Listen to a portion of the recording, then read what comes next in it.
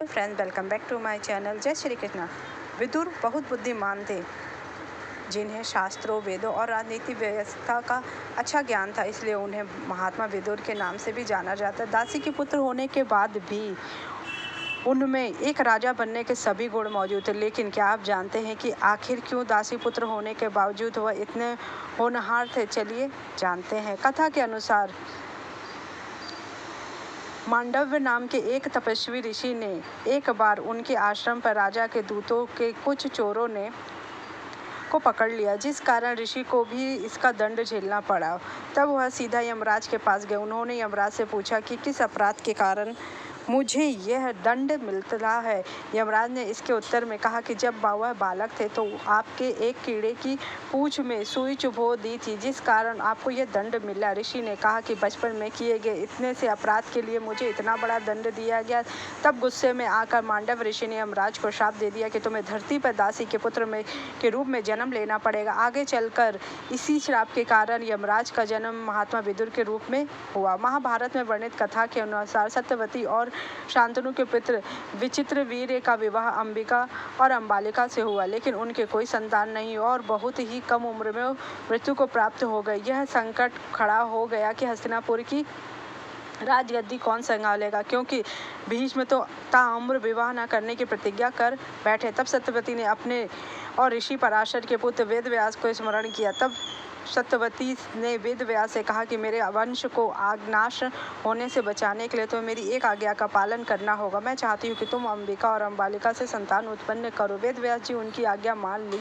जब रानी अंबिका वेदव्यास के पास गई तो उनसे डर से उसने आंखें बंद कर ली। तब वेदव्यास ने सत्यवती से कहा कि पहली रानी से मुझे देखकर आंखें बंद कर ली, जिस कारण वह बालक नेत्रहीन होगा। इसके बाद अंबिका वेदव्यास के पास गई, लेकिन डर के मारे वह भय से पीली पड़ गई, जिसके कारण वेदव्यास सत्यवती के पास गए और कहने लगे कि दूसरी रानी भी डर के कारण पीली पड़ गई, जिससे कारण उनके द्वारा जन्म पुत्र रोगी से ग्रस्त हो गया। यह सुनकर सत्यवती को बड़ा दुख। उसने रानी अंबिका को पुनः वेदव्यास के जाने का कहा, लेकिन रानी ने स्वयं न जाकर अपनी एक दासी को भेजा। दासी ने वेदव्यास के रूप को देखकर बिल्कुल भी नहीं डरी। इसी के बाद वेदव्यास ने माता सत्यवती के पास आकर कहा कि इस दासी के गर्भ से एक बहुत ही बुद्धिमान बालक का जन्म होगा, जो बहुत ही ज्ञानी होगा और शास्त्रों का बहुत बड़ा ज्ञाता होगा। विदुर ने युद्ध में हर किरदार बहुत ही खास है और इसमें से महत्वपूर्ण किरदारों में से एक महात्मा हस्तिनापुर के प्रधान होने के बाद भी विदुर ने पांडव और कौरवों के काका यानी चाचा भी कहलाते थे। हाँ, विदुर धृतराष्ट्र और पांडु के भाई थे, लेकिन वह एक दासी के पुत्र से जन्म लिए थे। उन्होंने राजपद नहीं सौंपा, लेकिन यह बात तो कम ही लोग जानते हैं कि महात्मा विदुर के युद्ध के बाद महात्मा विदुर का क्या हुआ। चलिए जानते हैं। कुरुक्षेत्र का युद्ध समाप्त होने के बाद पांडवों के बड़े भाई युधिष्ठिर हस्तिनापुर के राजा बने और उन्होंने प्रधानमंत्री के पद संभालने के लिए महात्मा विदुर से अनुरोध, लेकिन महात्मा विदुर हमेशा से ही कुरुक्षेत्र के युद्ध के विरोध में थे और इसलिए युद्ध समाप्त होने के बाद उन्होंने प्रधानमंत्री के पद से इस्तीफा दे दिया। इसके बाद वह संजय और गांधारी और कुंती के साथ वन में साधारण जीवन व्यतीत करने लगे, क्योंकि अगर महात्मा विदुर युद्ध करते तो वह युद्ध बहुत ही शक्तिशाली होता और जिसके साथ होते, क्योंकि वो धर्म के अवतार थे।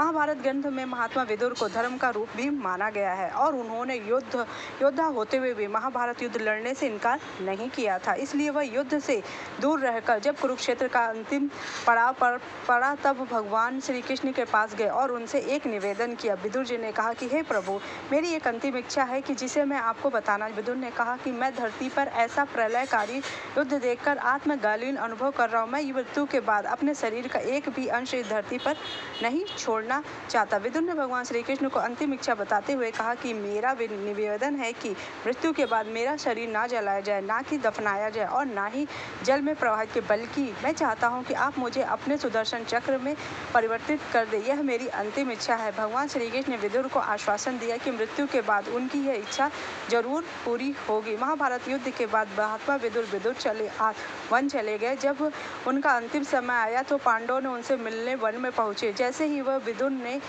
युधिष्ठिर को दिखा तो उन्होंने अपने प्राण त्याग दिए और युधिष्ठिर में ही समाहित हो गए। यह घटना इस तरह हुई कि युधिष्ठिर को कुछ समझ में ही नहीं आया, क्योंकि धर्मराज युधिष्ठिर जो थे वो धर्म के अवतार थे और श्री कृष्ण का स्मरण किया। तब श्री कृष्ण ने प्रकट होकर महात्मा विदुर धर्मराज के अवतार थे और स्वयं ही धर्मराज हो गए, इसलिए उनके प्राण तुम्हारे भीतर समाहित हो गए। भगवान श्री कृष्ण ने विदुर को दिए वादे के अनुसार उनके शव को सुदर्शन चक्र में स्थापित कर लिया, जिसके कारण वह हमेशा के लिए भगवान में विलीन हो गए और उनकी अंतिम इच्छा पूरी हो गई। इसलिए महात्मा विदुर का अंतिम संस्कार नहीं हुआ, क्योंकि अंतिम इच्छा थी कि वो सुदर्शन चक्र में प्रभु के समा जाए। अगर आपको मेरी जानकारी अच्छी लगी हो तो मेरे चैनल को लाइक कीजिए, सब्सक्राइब कीजिए, शेयर कीजिए। Thank you so much.